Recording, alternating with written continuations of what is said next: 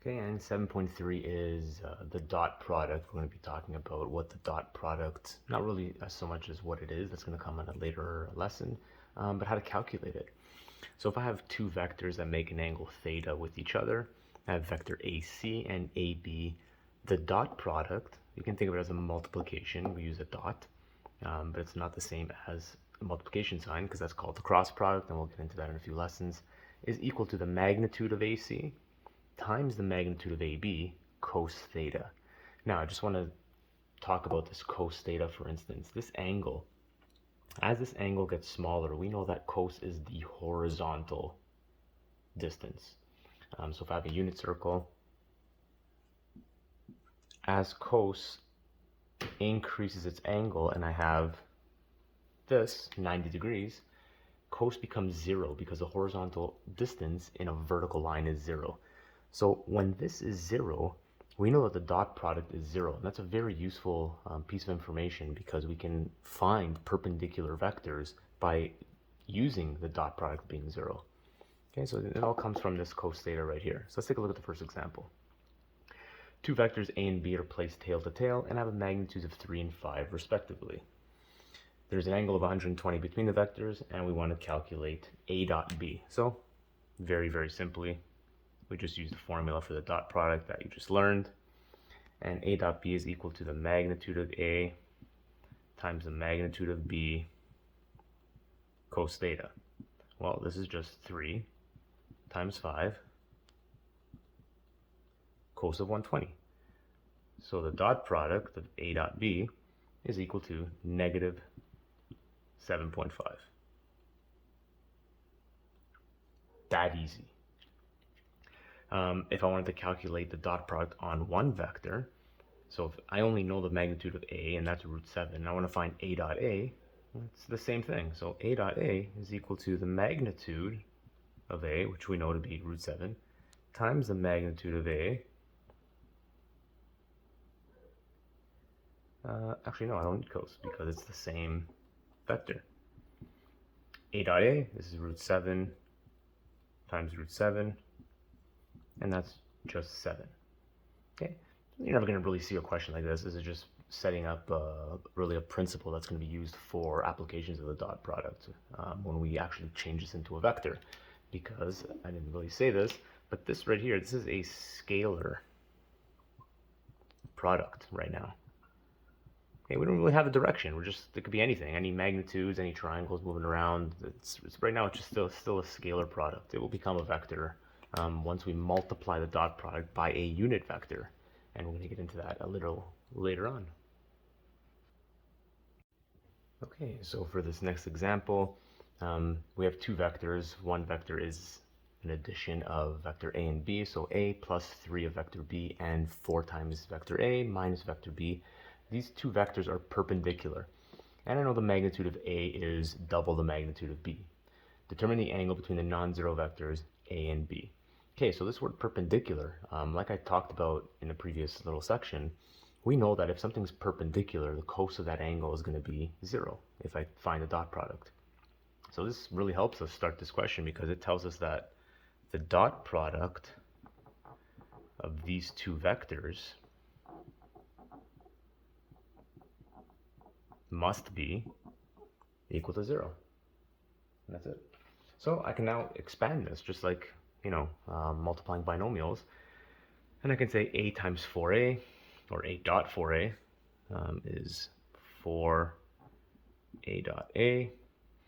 A dot negative B is negative A dot B. 3B times 4A, positive 12 B dot A, and negative 3 B dot B. Okay, so that previous example with the A dot A, the root 7 times the root 7, that was, the purpose of that was to show you that when I multiply a vector by itself using the dot product, I'm just going to get the square of the magnitude. Okay, and this is where this comes in handy. If I know that the magnitude of A equals 2B, well, then I know that the magnitude of A squared is just 4 times the magnitude of B squared. So I just squared both sides. Okay, and now anytime I have A dot A, I have a value for that. It's just this.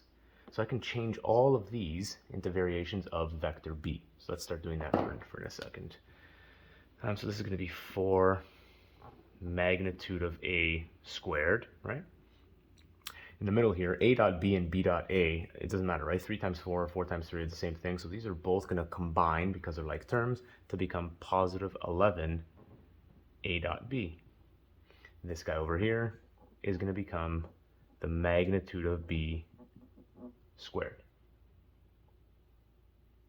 Okay, so now I can actually replace the magnitude of a squared with its value in terms of b. So this is just going to be 4 times 4 magnitude of b squared plus 11 a dot b. Well, a dot b is the magnitude of a times the magnitude of b cos theta minus 3 magnitude of b squared. And this all equals 0. Okay, so I can just, simplify some things here. Make a 16 here.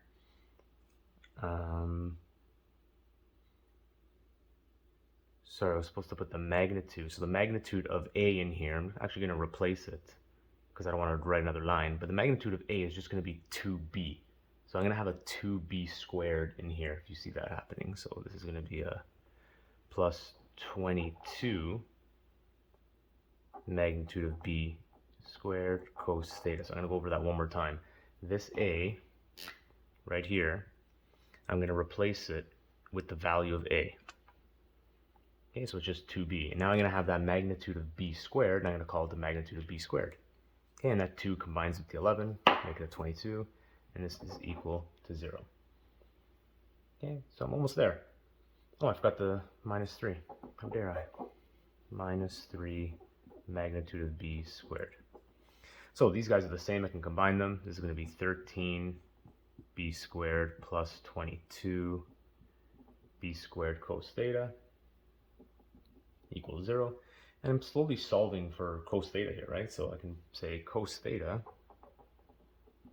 equals negative 13b squared over 22b. b squared, sorry.